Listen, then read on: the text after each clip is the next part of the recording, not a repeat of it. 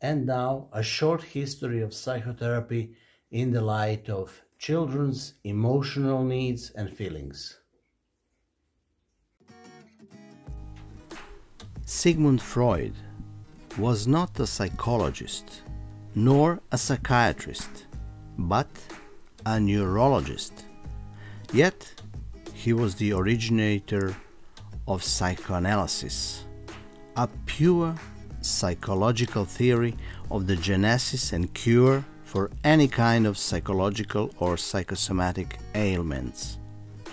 At first, he paired with a physician, Josef Breuer, around 1895, to study hysteria. They concluded that its cause is repressed painful emotions, and that it can be cured if a patient is hypnotized, encouraged to remember the painful event, and then encouraged to express the painful emotion connected with it. But Freud soon became disappointed with hypnosis as well as with the idea of catharsis, the expression of emotions. You can read in his books why. The focus of his interest turned to producing a good balance between conflicting forces in his patient's psyche, between id, animalistic part, ego, rational, reality-oriented part, and superego, conscientious part. By means of psychoanalysis, that is, by analyzing the transference and resistance and offering the patient good and timely interpretation of what she or he was talking and describing. Note here that Freud never thought too much about children's needs, about children being hurt, being mistreated, or sexually molested.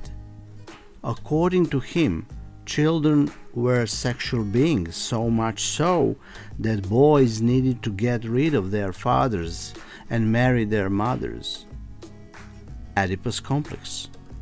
Patients might have had dirty thoughts and false memories, so that children's wishes were suspicious, and patients' stories about family violence were not to be trusted too much. Freud's students, Adler, Jung, Ferenczi, Anna Freud, Melanie Klein, Reich, Otto, etc., developed psychoanalytic ideas into different directions. Who of them were the most important and why? Alfred Adler, for trying to desexualize important unconscious forces in individual development.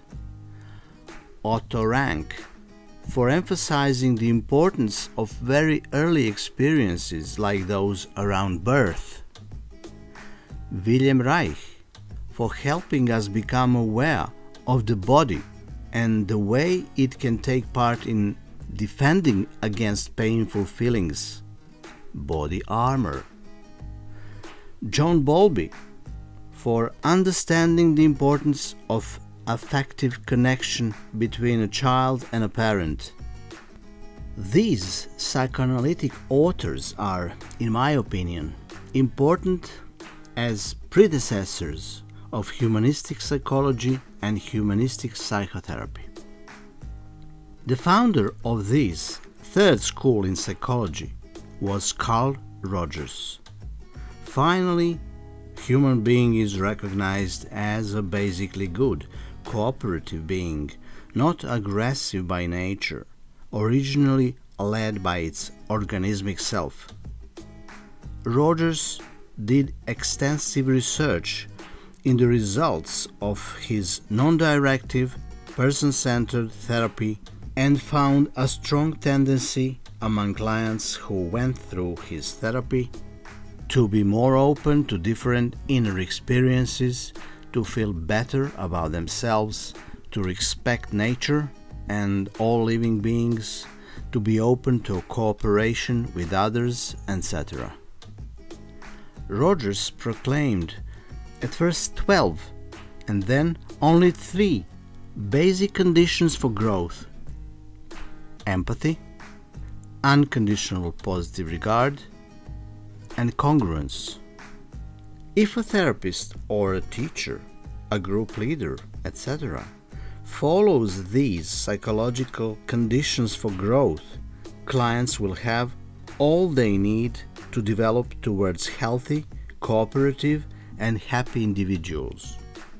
And then, an American psychologist, Arthur Janoff, in his 1970 book, The Primal Scream, announced to the world that children have needs, emotional needs to be held, caressed, talked to, listened to, helped, understood, given freedom to express, and so on. If their needs are not fulfilled, they feel pain. In different ways, children try to make people around them fulfill their needs, but when they finally see that it's not going to happen, they repress, forget, abandon their needs, and try to go on with their lives.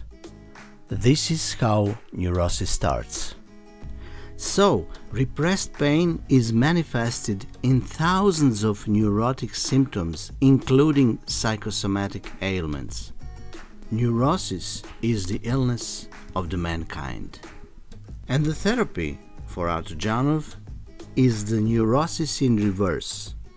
Patients need to feel their pain, bit by bit, for weeks and months, sometimes for a few years, systematically, in order to gradually become aware of their repressed childhood emotional needs, and finally become who they really are. Primal therapy and all other good deep feeling therapies do that.